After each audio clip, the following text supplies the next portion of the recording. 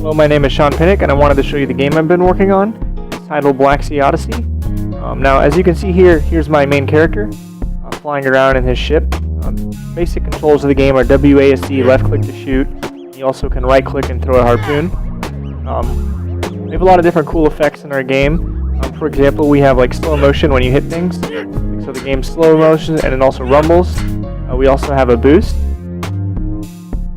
Yeah, as you can see, like it's all slow and we get the camera shake and that kind of thing. So the game's meant to feel really responsive.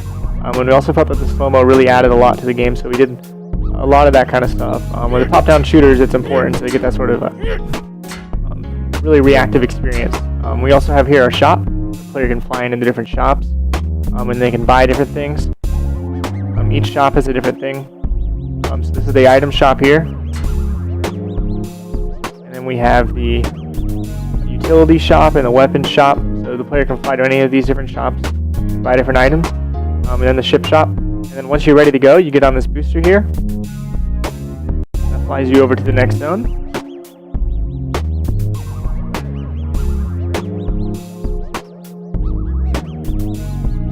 Now my responsibilities for this game included, basically I'm the technical director of this game.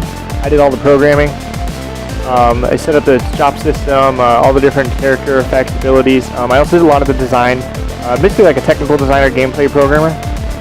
One of the really impressive things that we did was called like a node system for the weapon. For weapons, it's sort of like a rune system where everything's interchangeable. So we click tab, and we open up this weapon system. And now, as you can see, all these different runes represent different parts of a spear that can be built. So what I could do here is add runes together and create my own custom weapon however I'd like. So I just added a split shot rune. Next, I'm going to add an attack speed rune. So now my weapon is a split shot, and it has an increased attack speed. And then you can do things like swap things out. So if I want to have 2 split shots, now I got even more split shots. Or I can take this out entirely, and let's say, okay, I want to use something else, a fire rune, a knockback. So now I have fire. So a lot of different cool things here, and this really gives us, or really more importantly, the players the ability to customly create weapons however they like. We also have the same thing for ship grades, so we got hull, boost cooldown, speed. So players can even customize how they want their ship to run. So those are really impressive system that we developed, so that the player could interchangeably create these different combinations. We have something like 10,000 different combinations the player can use to create things. Now I'm going to show you some of the AI that I programmed. Now you can see here's called the Piranha. The Piranha AI is very interestingly, they sort of ignore you until you kill one of the fish. Once you kill one, they all swarm at you and they attack you in like a colony. We wanted them to behave like a group of piranha actually would, where they swarm you together. I'm going to go ahead and put on my split shot rune here. It's really easy to kill. Okay. There we go. I'll be dead now. So as you can see, these guys are ignoring me until I kill one. Once again, they're chasing me. Okay, so that was one of the fun AI to create. We also have okay, these are called the pufferfish. They fly at you in their little forms, like that, and then once they get close enough to you, they blow up. Then they shoot their spikes at you. We wanted them to behave a lot like a real pufferfish. All the different enemies in here that we created, we wanted them to have a real resemblance to a lot of real fish out there. Obviously, a bit of a artistic take to it as well, or a science fiction take to it as well. It's actually one of the more difficult fish to kill. They're smaller, they're really hard to kill. We'll go ahead and look for one of our other fish. Okay, this one here is our spitter fish. He's supposed to accompany a lot of the other fish intelligently. So while you have the pufferfish attacking you, you have these pufferfish in the background trying to shoot you with their projectiles. Starting to get a little difficult. I'm going to put on some more items here. Now this other fish I just flew into the scene is called the Ice Piercer. He's actually already dead. I killed him too quickly. I'll find another one so I can explain his attack pattern.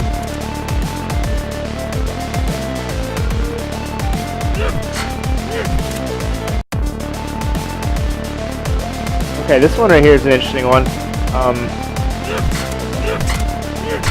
I can't remember his name, but basically he flies around in a circle and he drops off these bombs, like little bombs behind him. They're really just crystals, but when he's running them, they deal damage to you. And he's really hard to kill because he swims away from you, and he's got crystals all over him, and as a consequence, he's really hard to hit. So the only way you can really fight him is to swim around in front of him. Leaves you vulnerable to other fish.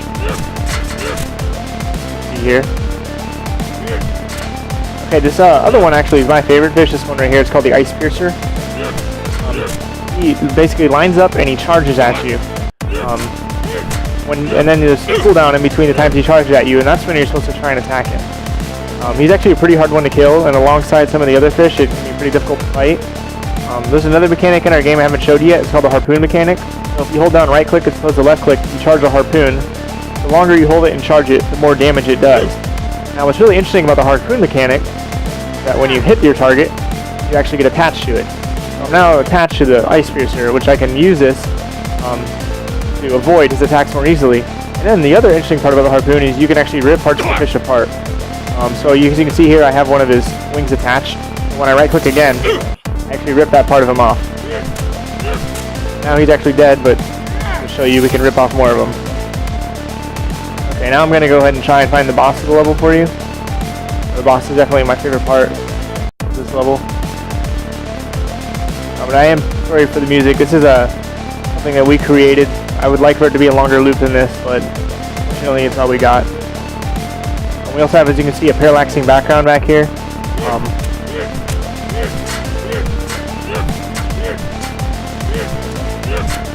And once I get my lure up to 100%, we can find the boss. Feel free to fast forward to the part where I get to 100% if you want to see the boss.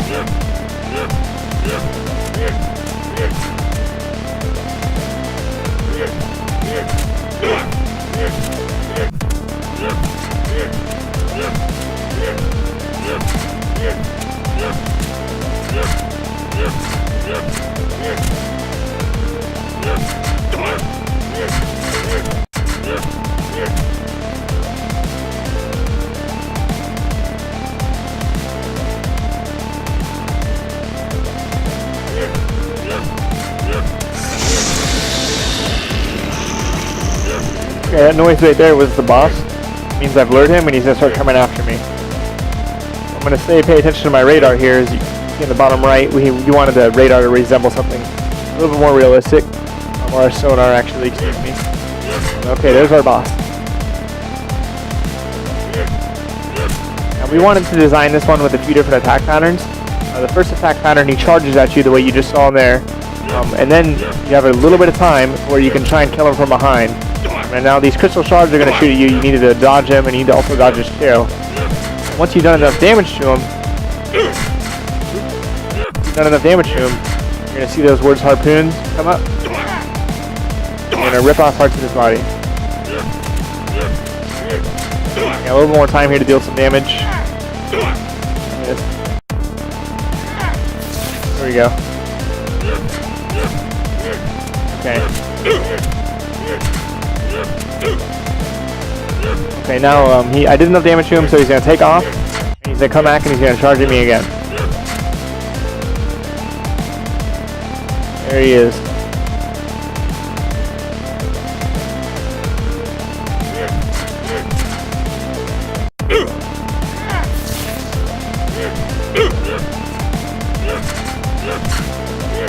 Alright, so I just got to keep ripping them apart. It's basically rinse and repeat from here. But it usually takes more time for the player to learn how to defeat the boss. It takes kind of how we wanted to design it. But since I've played it, I've developed it, so it's obviously a lot easier for me to figure out. So he comes and he attacks me. I also want you to know too that we did make everything a lot easier for the sake of this demo. Normally you have to dodge all of these different attacks, that kind of thing, or you do take significant damage and the game is a lot harder to beat. For the sake of the demo. Yeah, so see here, you can rip apart parts of his body and you can keep playing with it after you destroy it if you'd like to. They keep coming at me. Alright, now we've almost killed him now. I missed. There we go. That's it. Okay, I hope you enjoyed. Boss is dead.